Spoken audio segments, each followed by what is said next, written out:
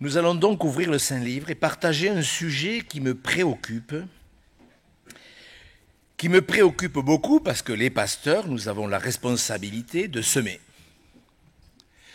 De semer, vous avez la responsabilité de recevoir la semence. Recevez avec douceur la parole de Dieu qui a été plantée en vous. Nous allons donc voir ce matin ce sujet, comment porter du fruit. Car je crois que tous les véritables chrétiens veulent porter du fruit. Vous êtes chrétien? Si vous êtes chrétien, vraiment chrétien, vous avez envie, vous avez besoin de porter du fruit. Paul dira, mais quel fruit portez-vous? Quel fruit portiez-vous? Nous allons donc lire plusieurs textes et je vous demande de réfléchir vraiment.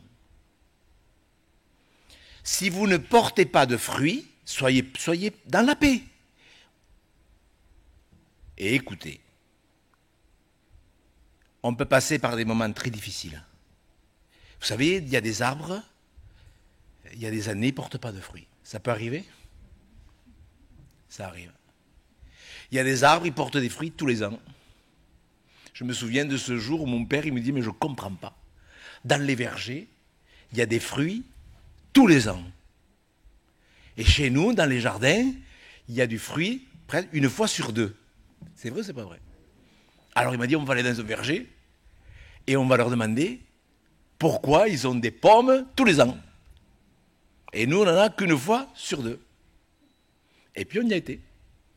Et le gars, il nous a dit, mais nous, au mois de décembre, on met sous tel arbre, par exemple, du sulfate d'ammoniac, voilà.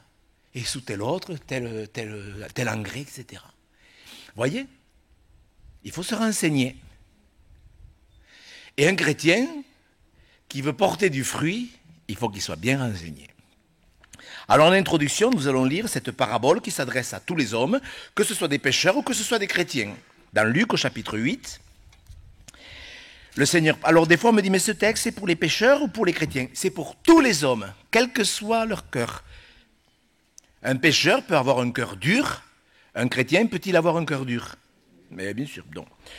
L'explication de cette parabole. Je ne pourrai pas tout expliquer aujourd'hui, je pense que je poursuivrai la semaine prochaine, parce qu'il y a un moyen de porter du fruit qui doit être bien expliqué, je ne prendrai pas le temps de l'expliquer aujourd'hui, c'est l'épreuve. Luc chapitre 8, verset 12, ou verset 11. Voici ce que signifie cette parabole. La semence, c'est la parole de Dieu. Ceux qui sont le long du chemin, ce sont ceux qui entendent, puis le diable vient et enlève de leur cœur la parole, de peur qu'ils ne croient et soient sauvés.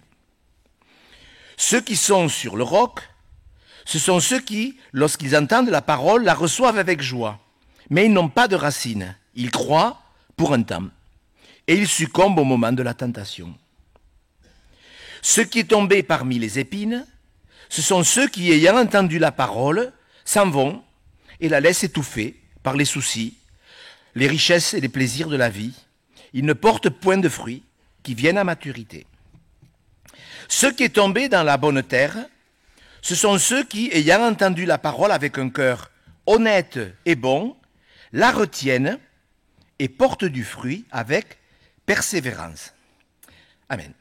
Donc, Jésus-Christ compare le cœur à 4 possibilités. Le cœur de l'homme, chrétien ou inconverti, peut revêtir ces 4 possibilités. Un cœur dur comme un chemin, un cœur qui a plein de pierres à l'intérieur, ça ne se voit pas, c'est les problèmes cachés. Un cœur, un terrain avec des épines, ça se voit.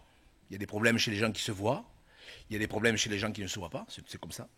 Et puis il y a ceux qui ont décidé d'être honnêtes. Vous avez vu, la première caractéristique pour porter du fruit, c'est d'avoir un cœur honnête. Beaucoup de chrétiens ne sont pas honnêtes. Ils pensent qu'ils sont honnêtes. C'est un grand sujet, on pourrait prendre la matinée pour cela. Mais je vais être succinct à chaque aspect.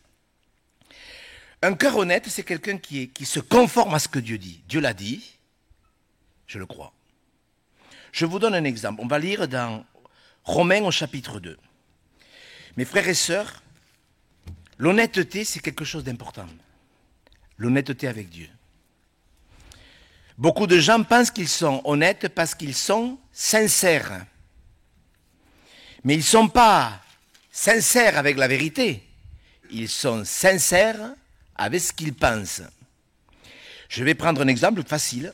Dans Romains au chapitre 2, l'apôtre Paul parle à ses chrétiens, voilà ce qu'il pose une question. Mais, verset 4, « Méprises-tu les richesses de sa bonté, de sa patience, de sa longanimité, ne reconnaissant pas que la bonté de Dieu te pousse à la repentance ?» Donc c'est une question, et Paul dit à ses chrétiens, la bonté de Dieu nous pousse à nous repentir.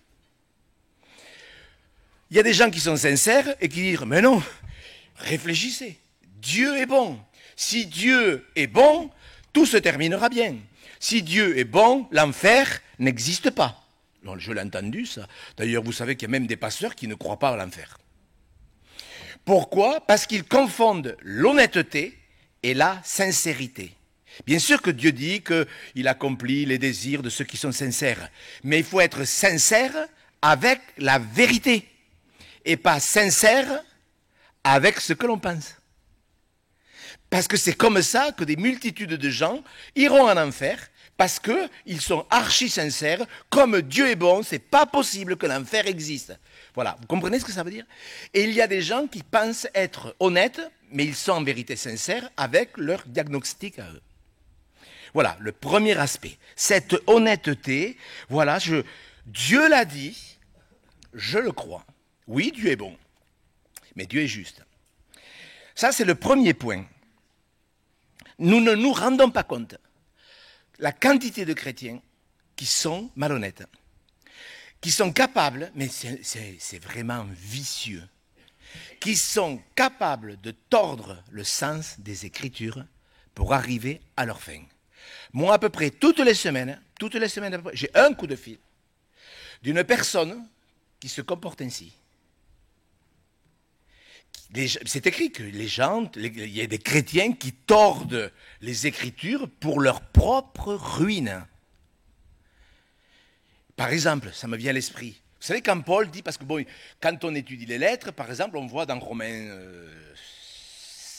6 que Paul dit, je ne fais pas ce que je veux. Mais quand vous lisez le contexte, il parle quand on est charnel, quand c'est le côté charnel qui domine, on ne fait pas ce qu'on veut. Et souvent, on fait ce qu'on ne veut pas. Mais après, il va dire, mais par la grâce de Dieu, je puis tout par celui qui me fortifie. Vous voyez ce que je veux dire ? Ça, c'est l'honnêteté. Oui, par mes propres forces, je ne peux pas. Mais par la grâce de Dieu, je peux. Mais il y a des gens qui tordent les Écritures et qui disent, moi, non, Paul a dit, je ne fais pas ce que je veux, donc je fais ce que je veux, moi. Et ça, c'est pas honnête. Alors on pourrait en parler longtemps, parce que c'est quand même, il y a plein d'exemples qui reviennent, mais si vous tordez les Écritures pour justifier votre désobéissance, vous n'êtes pas honnête. Écoutez, moi je ne peux pas vous le dire avec... Comment voulez-vous que je vous le dise ? Je répète, si vous tordez les Écritures pour justifier votre désobéissance, vous n'êtes pas honnête. Voilà, c'est tout.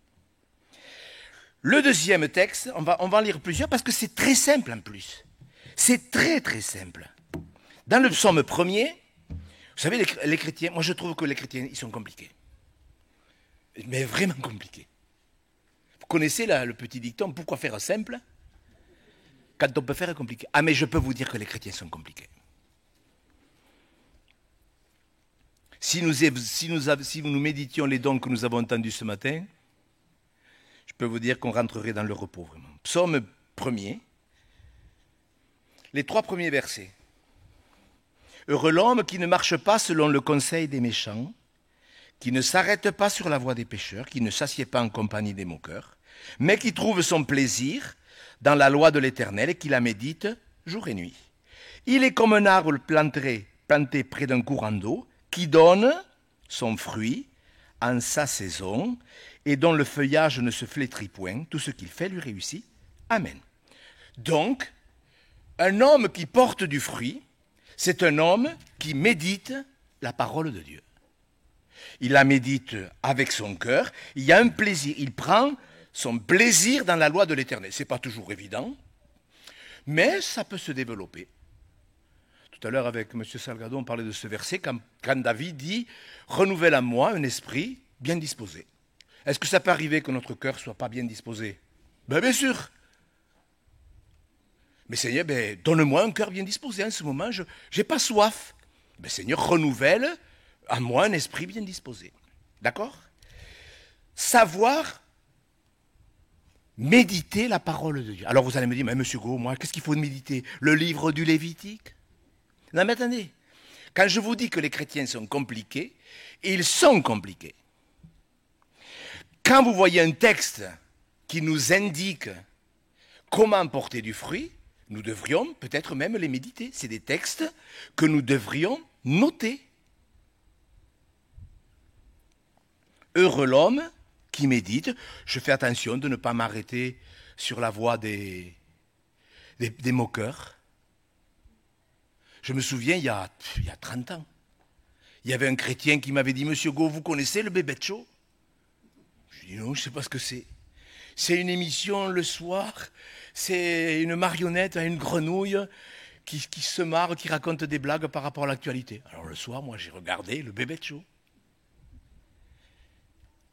Et puis je ne trouvais pas que c'était marrant du tout, parce qu'il se moquait des gens, il se moquait du président de la République à l'époque qui était M. Mitterrand. Et je lui ai dit, mais t'as pas lu? Tu n'as pas lu dans la Bible? Que l'homme qui s'assoit en compagnie des moqueurs, il ne peut pas être heureux.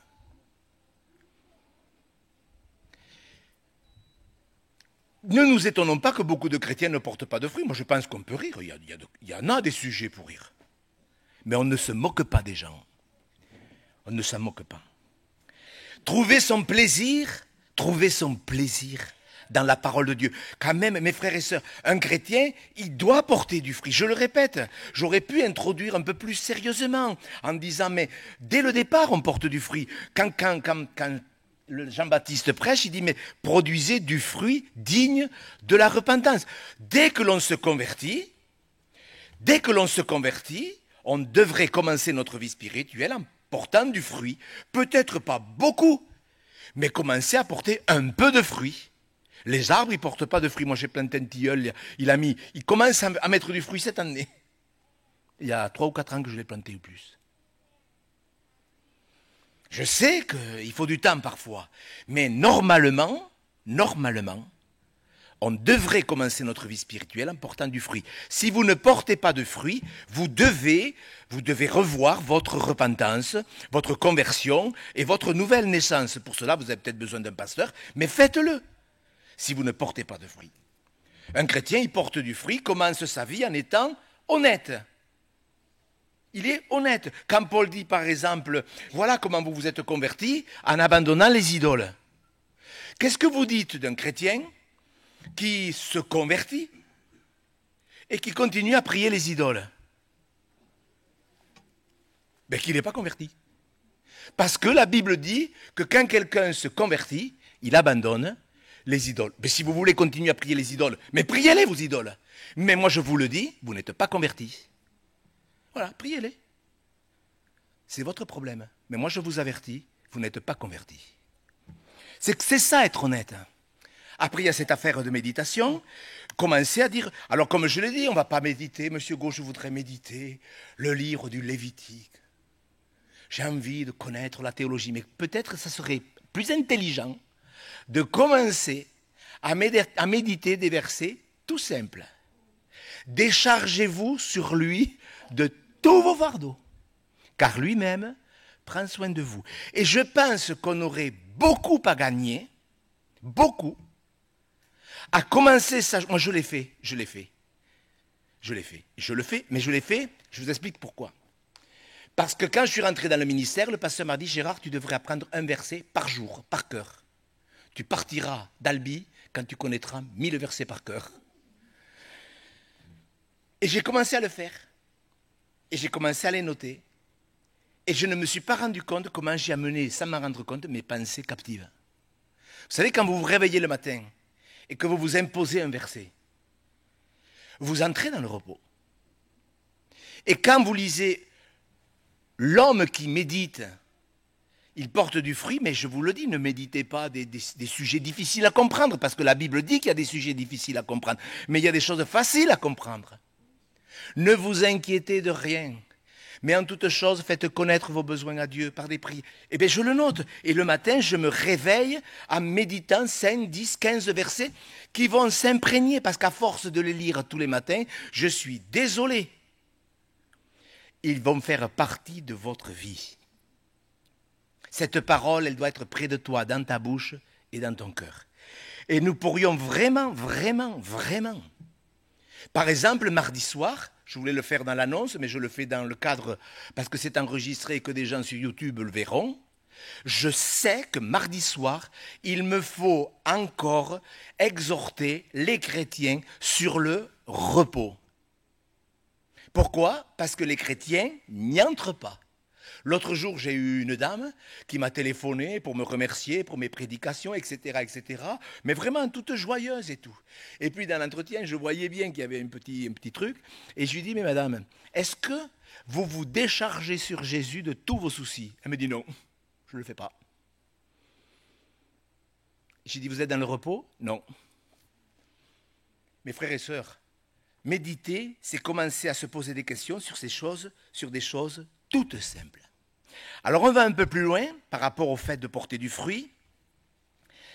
Dans le psaume 92, je voudrais, mes frères et sœurs, que vous soyez sérieux. Il y a trop de gens qui écoutent. Vous avez vu le deuxième terrain ou le troisième ?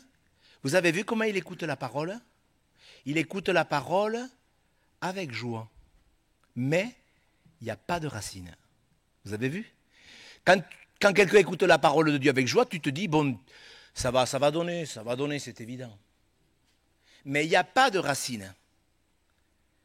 Et souvent, les gens, ils écoutent la parole de Dieu et ils n'enracinent. C'est pour ça que moi je dis aux gens, mais notez-le, réécoutez, prenez ces versets, qu'ils s'enracinent dans votre âme, afin que vous vous leviez tous les matins avec un verset biblique. Moi, tous les matins, je le dis avec cœur, mais c'est la vérité. Tous les matins, je me réveille, je m'impose, de suite, je n'ai pas ouvert les yeux, que j'ai un verset qui me vient à l'esprit. Tous les matins. De suite. Prenez courage. J'ai vaincu le monde. Vous aurez des tribulations, mais c'est pas bien comme ça. Tous les matins. Vous savez pourquoi ? Parce qu'un jour, je prenais la Sainte Seine. J'étais tellement découragé. J'étais pas bien. J'avais même de l'amertume contre quelqu'un, vous voyez, j'étais en forme. J'ai pris la Sainte Seine parce que, bon, vous voyez, l'hypocrite, bel hypocrite. Et je me suis dit, ça va pas ça. Tu prends la Sainte Seine, tu as de l'amertume. Parce que vous savez, si vous prenez pas la Sainte, si un pasteur ne prend pas la Sainte Seine, qu'est-ce que les gens vont dire ? Qui c'est qui l'a tué dans la semaine ? Vous voyez ? Non mais, j'étais tellement en forme, j'ai pris la... Non mais franchement, j'en ai honte. Mais je suis content de l'avoir vécu. Parce que quand j'ai vécu ça, j'ai dit non, il te faut arrêter. Et depuis ce jour-là, je me suis imposé tout le temps de m'imposer un verset biblique. Regardez avec moi dans le psaume 92. N'oubliez pas que c'est pour porter du fruit et que celui qui ne porte pas de fruit, bon, quand même, il y a un danger, vous ne croyez pas ? Si vous ne partez pas de fruit, bon, mais c'est le moment de dire, ben, mais c'est vrai, je ne porte pas du fruit, j'ai un cœur endurci, j'aime le monde, les plaisirs de la vie, les séductions des richesses, j'ai peur du lendemain. Vous avez peur du lendemain ? Qu'est-ce que vous voulez que je vous dise ? Vous êtes un mauvais chrétien ? Faites confiance à Dieu et méditez ce verset jusqu'à ce que vous n'ayez plus peur du lendemain. Voilà, vous n'êtes pas un mauvais chrétien parce que vous avez peur du lendemain. Vous n'êtes pas rentré dans le repos. Psaume 92. On va lire à partir du verset 12. Vous voyez, quand on est en forme. Mon œil se plaît à contempler mes ennemis. Ce n'est pas toujours le cas. Hein. Mon oreille à entendre mes méchants adversaires. Ça, c'est quand on est dans le repos, quand on sait que Dieu combat pour nous. C'est ça la vie spirituelle. Les justes, regardez bien. Ceux qui portent du fruit dans ce contexte-là, ce sont les justes. On va voir ce que c'est. Les justes croissent comme le palmier. Les palmiers, je ne sais pas si vous savez, ils ont autant de racines que de hauteur. Si un palmier fait 10 mètres de haut, ses racines descendent dans la verticale de 10 mètres. C'est pour ça qu'il y a des palmiers dans le désert. Voilà, les justes, ils croissent comme le palmier. L'édification est proportionnelle à l'enracinement, vous voyez, comment on appelle ça, fondation. Les justes croissent comme le palmier, ils s'élèvent comme le cèdre du Liban, plantés dans la maison de l'Éternel, ils prospèrent dans les parvis de notre Dieu, ils portent encore des fruits dans la vieillesse. Ils sont pleins de sève et verdoyants pour faire connaître que l'Éternel est juste. Alléluia. Porter des fruits quand on est vieux, c'est bien? Eh oui, c'est bien. Moi, j'ai remarqué, alors je le dis, c'est une remarque, ce n'est pas écrit dans la Bible, mais j'ai quand même remarqué que c'est rare les gens qui font des progrès après 60 ans. Mais c'est vrai. Nous devrions faire des progrès tout le temps. Nous devrions porter des fruits jusqu'à notre vieillesse. Et il y a des chrétiens, par exemple, qui n'ont rien appris. Ils arrivent à 40 ans de conversion, ils sont toujours impatients. Alors que la patience, c'est un fruit. Oui ou non? Ce n'est pas un reproche, je ne suis pas dans le reproche. Il faut que nous arrivions à poser un véritable diagnostic sur notre vie spirituelle. Est-ce que je porte du fruit? Est-ce que je n'en porte pas? Quelle sorte de terrain mon cœur est-il? Est-ce que je suis honnête ou sincère avec ce que moi je pense? Parce que moi, ce que je pense, bien sûr, c'est très intelligent. Je veux apprendre à méditer des versets simples de la parole de Dieu qui me permettront de rendre un bon témoignage, car le fruit, c'est aussi la paix. Donc, dans ce troisième exemple, c'est la justice. Heureux, vous avez vu, les justes. Alors, écoutez bien, frères et sœurs, je vous demande d'écouter. La Bible parle des justes et de la justification. D'accord? Beaucoup de gens confondent. Il y a des gens qui s'imaginent qu'une fois qu'ils sont justifiés, parce que le sang de Jésus nous purifie et nous justifie, quand on se donne à Jésus-Christ, nous sommes légalement justifiés, justes. C'est notre position en Christ. J'accepte Jésus-Christ comme sauveur, je suis justifié. Jésus-Christ a été fait pour moi, justification. Vous me suivez? C'est une position juridique, légale, devant Dieu. La justification, c'est une chose. La pratique de la justice, c'en est une autre. Quand on a chanté ce matin « Cherchez le royaume de Dieu » et ça, justice, c'est ce qui est juste. Et vous avez remarqué, dans le livre des Proverbes, peut-être une centaine de fois, Dieu fait la différence entre les justes et les méchants. Et là, les chrétiens qui portent du fruit, les croyants qui portent du fruit, ce sont les justes. Donc les justes, ce sont des chrétiens qui pratiquent la justice. Il y a des chrétiens qui pratiquent le péché, qui vivent volontairement dans le péché. Je ne parle pas d'un péché ponctuel que l'on commet. La Bible dit que le sang de Jésus nous purifie de tout péché, parce que là, c'est vrai, j'ai été maladroit, j'ai mal parlé, je te demande pardon, j'ai eu une mauvaise pensée, etc. Oui, il y a le péché involontaire et il y a le péché volontaire. Le péché volontaire fait que ces croyants-là sont appelés devant Dieu des méchants. Le péché, le chrétien qui pratique la justice, c'est un juste. Et à ce sujet, j'aimerais que vous lisiez avec moi, dans 1 Jean au chapitre 3, c'est important, frères et sœurs, parce qu'il y a beaucoup de chrétiens qui ne sont pas dans la justice, qui ne pratiquent pas la justice. Et comme on l'a lu, par exemple, quand je me décharge de tous mes fardeaux, « Ah, mais vous l'avez facile, vous, monsieur Go. Vous l'avez facile, vous. Moi, j'arrive pas à me décharger. » Mais qu'est-ce que ça veut dire, ça? Eh oui, c'est qu'on justifie son amertume, on justifie son manque de pardon. Le juste, il est honnête, c'est évident, tout se recoupe. Dans 1 Jean au chapitre 3, il est fait mention des chrétiens qui pratiquent le péché et des chrétiens qui pratiquent la justice. C'est très clair, c'est l'apôtre Jean, l'apôtre de l'amour qui parle. 1 Jean chapitre 3, on va lire au verset 6. « Quiconque demeure en lui ne pratique pas le péché. » Je dis, vous avez fait la différence entre un péché involontaire et la pratique du péché. Quiconque pratique le péché ne l'a pas vu, ne l'a pas connu.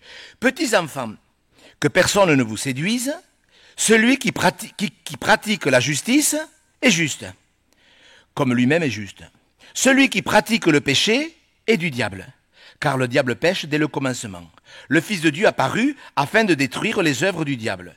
Quiconque est né de Dieu ne pratique pas le péché. Donc, verset 10, c'est par là que se font reconnaître les enfants de Dieu et les enfants du diable. Quiconque ne pratique pas la justice n'est pas de Dieu, ni celui qui n'aime pas son frère. Tout ça, c'est difficile. Enfin, c'est difficile. Il y a des choses difficiles.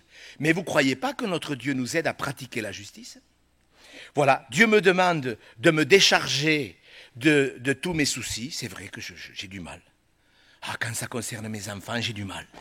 Eh bien, mes frères et sœurs, ce n'est pas à vous de convertir vos enfants.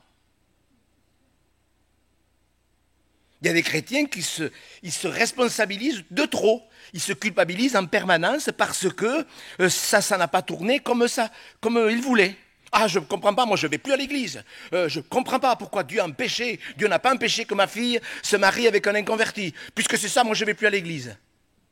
Mais heureusement que Dieu nous laisse libres. Mais qu'est-ce que ça veut dire ça? Je ne vais plus à l'église parce que Dieu n'a pas empêché que. Mais votre fille, elle est libre de se marier avec qui elle veut. Est-ce que vous comprenez, frères et sœurs? Le juste, c'est celui qui fait ce qui est juste. Dieu dit, ne vous inquiétez de rien. Seigneur, ça m'est difficile. Mais tu vas renouveler en moi un esprit bien disposé, je vais y arriver. Mes frères et sœurs, les justes, ils portent du fruit dans la vieillesse. C'est sérieux, frères et sœurs. Occupez-vous de vous. Le fruit de l'esprit, c'est la paix. Mais est-ce que je procure la paix? Est-ce que vous savez si vous procurez ou non, oui ou non la paix? Est-ce qu'il y a besoin d'un entretien de 3 heures? Est-ce que je procure la paix à ma femme, à mes enfants, aux chrétiens dont j'ai la responsabilité? Est-ce que je procure l'agacement? Est-ce qu'il faut un grand discernement? Je ne crois pas, moi, franchement. Oui ou non? Donc, je dois m'appliquer à faire ce qui est juste. Vous savez, moi, il y a un verset qui m'a beaucoup interpellé. C'est dans l'Ecclésiaste. Je ne sais pas si je l'ai mis. Je l'ai mis, Ecclésiaste? Je ne l'ai pas mis? Benjamin.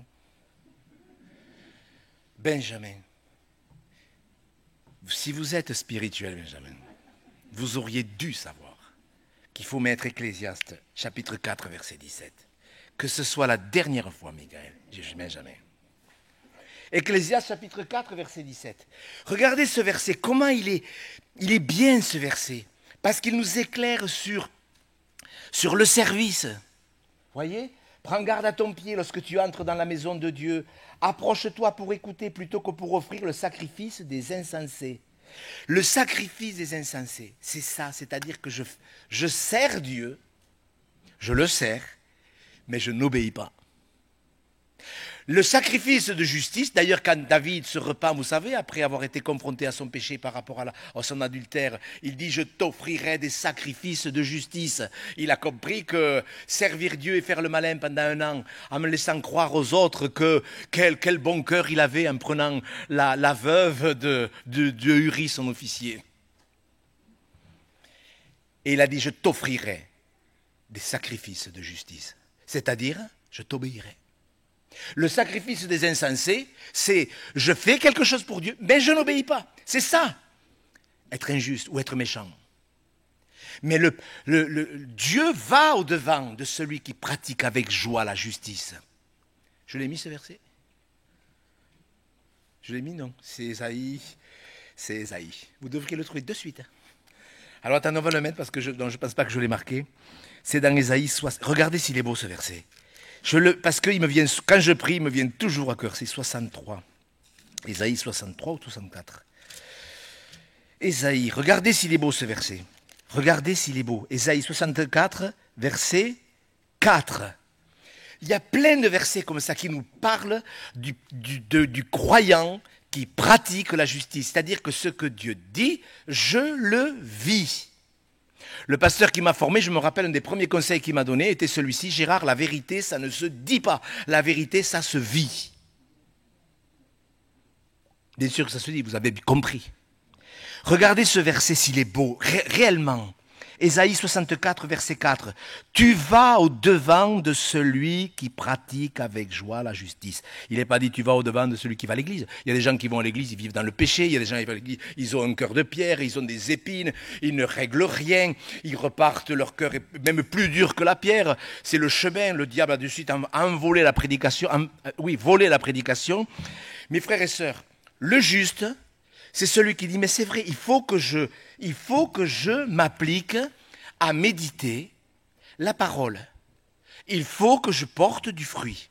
Je n'ai pas la paix, je n'ai pas la patience. En plus, Dieu m'envoie plein d'épreuves pour que j'apprenne la patience. J'apprends rien. D'ailleurs, le prochain thème, parce que je vois que le retourne, le prochain thème, c'est dans Hébreu. On y viendra sur toute une exhortation, parce que je ne peux pas le faire, mais regardez dans Hébreux au chapitre 12, c'est un texte où Jésus nous enseigne à accepter les épreuves qu'on traverse. Il faut accepter les épreuves. Ça vous va cette partie de la prédication? Ça vous va pas, je le sais. Hébreux 12, verset 7, supportez le châtiment. Verset 6, le Seigneur châtie celui qu'il aime. Il frappe de la verge tous ceux qu'il reconnaît pour ses fils. Regardez le verset 11, s'il vous plaît. On y viendra, je prendrai toute une exhortation là-dessus parce que c'est lié au fruit. Il est vrai que tout châtiment semble d'abord un sujet de tristesse et non de joie. Mais il produit plus tard, pour ceux qui ont été ainsi exercés, un fruit paisible de justice. L'épreuve, toutes les épreuves, pensez à n'importe quelle épreuve, toutes les épreuves, c'est écrit dans Jacques, toutes les épreuves, où elles nous rendent amers, elles nous rendent aigres, elles nous éloignent de Dieu par définition, la suite vous le lirez. Ou alors, parce qu'elles sont acceptées, elles produisent un fruit paisible. Et vous devez dire, mais ça fait la 10e fois que je redouble, ça fait 10 fois que Dieu m'envoie la même épreuve. Est-ce que Dieu, dans sa patience infinie, peut permettre qu'une épreuve se prolonge? Est-ce que Dieu... Ben oui, vous le savez en plus. Pourquoi? Parce qu'il veut que l'on apprenne. Dieu veut que l'on apprenne. Si Dieu veut que l'on apprenne la patience, il va permettre des épreuves qui feront que je devrais apprendre la patience. Un frère m'appelait cette semaine, je le salue d'ailleurs parce que je pense qu'il est sur le Zoom, il me disait, Monsieur Gros, j'étais dans un conseil d'administration, j'étais engagé, et tout ça c'était du pipeau. Dieu a permis une épreuve, je me suis fracturé la jambe à 3 endroits, ça fait 1 mois que je suis bloqué, enfin, je sais ce que c'est la paix. Même mes enfants m'ont dit, papa, on t'a jamais vu en paix comme ça. Ça fait que 35 ans qu'il est chrétien. Pourquoi je dis ça, mes frères et sœurs? Parce que ce frère, il a été intelligent. Un dimanche que je prêchais, et que j'ai dit, mais si vous utilisez des mots grossiers, vous devez revoir votre conversion. Il a été convaincu de péché. Il s'est repenti. Il a demandé pardon. De suite après, il s'est cassé la jambe à 3 endroits. Mais vous croyez que Dieu se moque de lui? Il a une entreprise et tout. Mes frères, quand on accepte l'épreuve, on porte du fruit. Si vous n'acceptez pas les épreuves, vous cassez les pieds à tout le monde. Et ça devrait être un voyant rouge qui s'allume pour dire il faut que je me corrige. Nous reviendrons sur cet aspect parce qu'il est archi important. Mais vous avez vu quand même que c'est quand même simple. Moi je vous le dis, prenez des versets qui sont beaux, utiles, importants. Et écrivez-les, et le matin, méditez-les. Moi je l'ai fait, mais je ne l'ai pas fait parce que j'étais pasteur. Je l'ai fait parce que je savais que c'était comme ça, parce que je ne connaissais rien. Moi, quand je suis rentré dans le ministère, je n'avais même pas lu la Bible en entier. Je me demande comment ils m'ont fait rentrer dans le ministère. J'y repense. Moi, un gars qui n'a pas lu la Bible en entier, je ne peux pas rentrer dans le ministère.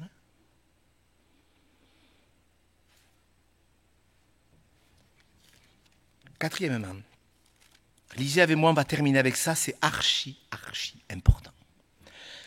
Lorsque Paul écrit à Tite, c'est juste avant les Hébreux, regardez, Paul écrit à Tite, il le laisse en Crète pour qu'il établisse des anciens dans les églises, et regardez ce qu'il lui dit. Mes frères, écoutez bien, je vous le demande. S'il vous plaît, est-ce que vous voulez, comme Yannick le disait tout à l'heure dans les chants, que lorsqu'il se présentera devant Dieu, il entende de la part de son maître, entre bon et fidèle serviteur, entre dans la joie de ton maître. Vous avez envie d'entendre ça quand vous passerez devant Dieu? Tous, hier je priais dans ce sens encore. Oui, il vaut mieux, oui. Parce que si vous n'entendez pas ça, vous risquez d'entendre « Retire-toi de moi ». Tite chapitre 3, on va lire 3 versets, c'est lié aux fruits. Si vous n'êtes pas chrétien, vous n'êtes pas concerné. Mais si vous êtes chrétien, vous êtes absolument concerné par ce 4e point. Tite chapitre 3, rappelle-leur d'être soumis aux magistrats et aux autorités, d'obéir et d'être prêts à toute bonne œuvre. Regardez bien le mot, d'être prêt à toute bonne œuvre. Verset 8, cette parole est certaine. Je veux, vous voyez, cet impératif qui montre que c'est vital pour les chrétiens. Je veux que tu affirmes ces choses, afin que ceux qui ont cru en Dieu s'appliquent à pratiquer de bonnes œuvres. Voilà ce qui est bon et utile aux hommes. Ça aussi, ça fera l'objet d'une méditation. Qu'est-ce que c'est qui est vraiment bon ? Vous voyez, celui qui écoute la parole avec un cœur honnête est bon. Bon, c'est-à-dire, c'est ce à quoi je suis appelé. Prenons la musique. J'y reviens, je reviens en arrière. Est-ce qu'il y a de la bonne musique? Est-ce qu'il y a de la mauvaise musique? Vous comprenez, il y a des choses qui sont bonnes. Dans l'église, c'est pareil.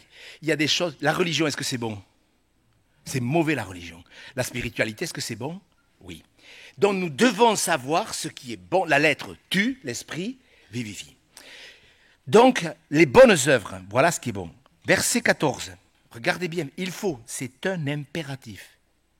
Il faut que les nôtres aussi apprennent à pratiquer de bonnes œuvres pour survenir aux besoins pressants afin qu'ils ne soient pas sans produire de fruits. Mes frères et sœurs, je termine avec cette pensée. Elle est vitale, elle est merveilleuse. Pourquoi ? Dans cette église que nous avons fondée, que nous avons mis en place pour honorer la saine doctrine de Jésus-Christ, nous avons vu l'approbation de Dieu. Nous la voyons de plus en plus, et ça fait des mois et des mois que lorsque je lis la Bible, écoutez bien, parce que ça concerne vraiment l'Assemblée. Quand je lis ce texte de Galates chapitre 2 verset 20, je ne sais pas si vous l'aviez mis, Benjamin, voilà, non, c'est votre dernier culte, bien sûr. Donc, quand Paul dit aux Galates, ils nous recommandèrent de nous souvenir des pauvres, ce que nous avons eu bien soin de faire. Je sais par l'expérience que dans plein de dénominations, dans plein de mouvements, beaucoup d'églises font des projets humains. C'est vite fait de faire un projet humain, un projet d'église, un projet de construction. À quoi on reconnaît que c'est humain lorsque tous les dimanches on fait des appels d'argent parce que l'argent ne rentre pas? Si vous êtes dans une église où on fait sans cesse des appels d'argent, vous pouvez vous interroger sur la spiritualité du projet. Présenter un projet, c'est une chose. Et c'est ce que je fais. Je voulais le faire dans les annonces, mais comme ça corrobore bien la prédication, je le fais dans le cadre de mon exhortation, parce que c'est lié au fait de porter du fruit. Nous devons porter du fruit. Et ensemble, c'est vraiment facile en plus. Donc il y a ce verset, vous voyez, ça s'est imposé à mon cœur, on en a parlé avec les membres du conseil d'administration, et notre frère, le trésorier, Monsieur de Dieu, m'a poussé dans ce sens, parce qu'il y a une quinzaine d'années en arrière, il avait également poussé dans ce sens. Pourquoi ? Parce qu'il estimait en tant que trésorier, et il avait raison, qu'il ne fallait pas thésauriser pour thésauriser, mais qu'il fallait en même temps utiliser l'argent pour faire du bien. Merci David. Ils nous recommandèrent seulement de nous souvenir des pauvres, ce que j'ai eu bien soin de faire. Mes frères et sœurs, ce projet, je peux vous dire qu'il vient de Dieu. Donc hier, j'ai pris contact avec un pasteur en Afrique qui s'occupe d'un orphelinat, d'une école. J'ai un dossier que je pourrais vous communiquer si ça vous intéresse à chacun. Voilà, et pour le mil, le maïs, etc., avec 1 000 €, on peut nourrir 40 enfants pendant 1 mois ou 1 an, je ne sais plus, je vous l'ai dit l'autre jour. 1 an, voyez. Alors je vais tout vous donner. J'ai pris contact avec la responsable qui était une administratrice dans une organisation ADD qui a démissionné pour nous rejoindre. Je dis ça parce que c'est important, parce que quand on fait des projets où on accueille, où on nous confie de l'argent, il vaut mieux qu'il y ait une grande confiance. Donc nous irons en Afrique avec Monsieur de Dieu, nous irons en Afrique voir exactement. Je lui ai dit au responsable hier, voilà comment on va faire. Parce qu'on ne peut pas ne pas porter de fruits. Vous êtes d'accord? Et même si, regardez, 1000 euros, une tonne de maïs, pour nourrir 40 enfants pendant 1 an, s'il y a 200 chrétiens qui donnent 5 euros, est-ce que vous vous rendez compte? On va le faire, je vais m'appliquer comme jamais je me suis appliqué sur le travail social. Parce que quand même si le travail social peut être charnel, vous connaissez quand Paul dit aux Corinthiens, mais ne travaillez pas avec du foin, de la paille, du chaume, travaillez avec de l'argent, des pierres précieuses ou de l'or. Un projet, on doit savoir s'il est spirituel. S'il est spirituel, il s'impose dans notre cœur. On l'a à cœur. Vous voyez, moi, ça fait des mois et des mois. Depuis qu'on est sorti de Sainte-Agne, mais j'ai attendu, vous voyez, 2 ans et demi pour être sûr que ce n'était pas parce qu'on faisait comme ça avant qu'il fallait que je reproduise la même chose parce que c'était bien. Il faut que ça vienne de Dieu. Quand ça vient de Dieu, vous n'avez pas besoin de faire d'appel d'argent. Vous présentez ou vous rappelez de temps à autre la bénédiction du projet. Et on va le faire. Et je crois, mes frères et sœurs, que ça plaira à Dieu. Parce que quand on porte du fruit, ça plaît à Dieu. Un arbre, il porte du fruit pour les autres. Ça ne vous intéresse pas de nourrir des orphelins, des enfants qui ne peuvent plus manger? Mes frères et sœurs, on va faire un truc magnifique. Je vous le dis parce que je sais que ça vient de Dieu. Et c'est pour ça que je ne voulais pas le présenter dans le cadre des annonces. Je le présente dans la prédication parce que c'est spirituel. C'est vraiment quelque chose de magnifique. Ils nous recommandèrent de nous occuper des pauvres. Eh bien, Seigneur, tu vois, parce qu'il y a quelqu'un m'a dit, ah, mais vous ne vous occupez pas des Ukrainiens. J'ai dit, vous inquiétez pas. Quand on aura des besoins, des informations sur les églises en Ukraine, on s'en occupera. Prions pour les Ukrainiens, prions pour les Russes. Parce qu'on n'est pas là pour ou contre. Je crois qu'on est dans un mauvais état d'esprit lorsqu'on pense qu'à une nation. Je pense qu'il faut penser aux 2 nations. Mes frères et sœurs, un chrétien, il porte du fruit. Vous êtes d'accord? Et même Jésus va loin puisqu'il dit, il porte du fruit. Il porte encore plus de fruits. Il porte beaucoup de fruits. Et quand même, ça vous intéresse de porter du fruit? Moi, j'ai planté un cerisier cette année. Il a porté une cerise. Une, il y en avait. Une cerise. Je l'ai regardé et je lui ai parlé. Mais vous comprenez bien que j'espère que l'an prochain, il y en aura au moins 2. Vous comprenez, mais c'est normal, je l'ai planté, il fait que 1,50 m de haut. Mais vous comprenez, frères et sœurs, il y a le bon sens. Si nous avons plusieurs années de conversion, moi je ne veux pas vous culpabiliser. J'ai culpabilisé les chrétiens, je le sais. Vous savez, on est tellement tordus. Moi j'en ai honte, je vous ai déjà demandé pardon. J'en ai honte parce que je sais que quand on a l'autorité de la parole, on peut culpabiliser les gens. Et moi, je veux culpabiliser personne. Si la culpabilité, elle vient de Dieu, c'est bien. Mais quand ça vient du diable, je peux vous dire que ça nous détruit. Alors nous allons nous appliquer à porter du fruit, à produire du fruit. Non, j'ai pas la paix. J'ai pas la paix. J'ai pas la paix. Je me suis mal comporté avec le conseil d'administration. Je demande pardon au conseil d'administration. Mes frères, à partir du moment où je viendrai au conseil d'administration, je procurerai la paix. Et ainsi de suite. Mes frères et sœurs, on va méditer la parole. Notez les versets qui vous sont utiles. Si vous vous inquiétez du lendemain, mais mettez-le sur votre ordinateur, sur votre téléphone, sur votre lit, sur votre bureau. Ne vous inquiétez de rien. Je vais méditer cette parole parce que c'est un ordre. Ne vous inquiétez de rien, c'est un ordre. Oui ou non? Ah, mais moi je pense que... Vous pensez quoi? Vous pensez que vous contestez avec Dieu, voilà. Si Dieu vous dit ne vous inquiétez de rien, vous pouvez vous appliquer à dire Seigneur, tu vas m'aider parce que c'est un travers que j'ai pris, mais tu vas m'apprendre à ne pas m'inquiéter. Et Dieu vous aidera. Je l'ai expérimenté et je sais ce que ça veut dire. Est-ce que vous êtes d'accord, mes frères et sœurs, qu'on termine en priant, en demandant au Seigneur qui nous aide? Vous êtes d'accord? Est-ce qu'on peut fermer les yeux et demander au Seigneur de l'aide? Vous êtes d'accord? On lui demande de l'aide?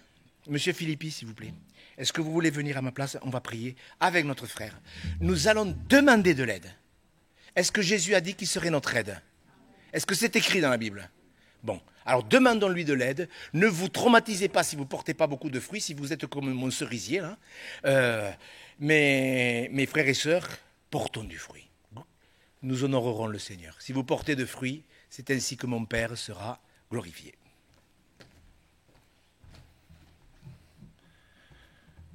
Oui, merci Seigneur. Merci encore de nous rappeler toutes ces choses, Seigneur, de nous enseigner, Seigneur, et combien c'est vrai, nous avons besoin, Seigneur, de porter du fruit, Seigneur, et comme nous avons vu que ces arbres recevaient de l'engrais, Seigneur, de bonnes choses pour porter du fruit. Merci de nous avoir rappelé, Seigneur, tout ce que nous avons besoin, dont nous avons besoin, Seigneur. C'est vrai, de pratiquer ta justice, de méditer ta parole, Seigneur. Merci d'avoir mis sur le cœur de notre pasteur, Seigneur, ces choses-là, Seigneur, et que nous puissions vraiment les garder, les méditer, Seigneur, afin que nous puissions porter du fruit. Merci, Seigneur, de tout ce que tu nous donnes, Seigneur. Merci de nous rappeler ces choses, Seigneur, mais que cela ne soit pas une lettre morte, Seigneur, mais que cela puisse travailler notre esprit, notre âme, notre cœur, Seigneur, pour mettre en pratique, Seigneur, tout ce que nous avons entendu ce matin. Merci vraiment encore de nous rappeler ces choses, Seigneur, et cela nous fait du bien, Seigneur. C'est vrai que parfois cela nous secoue, Seigneur, mais c'est pour notre bien, Seigneur.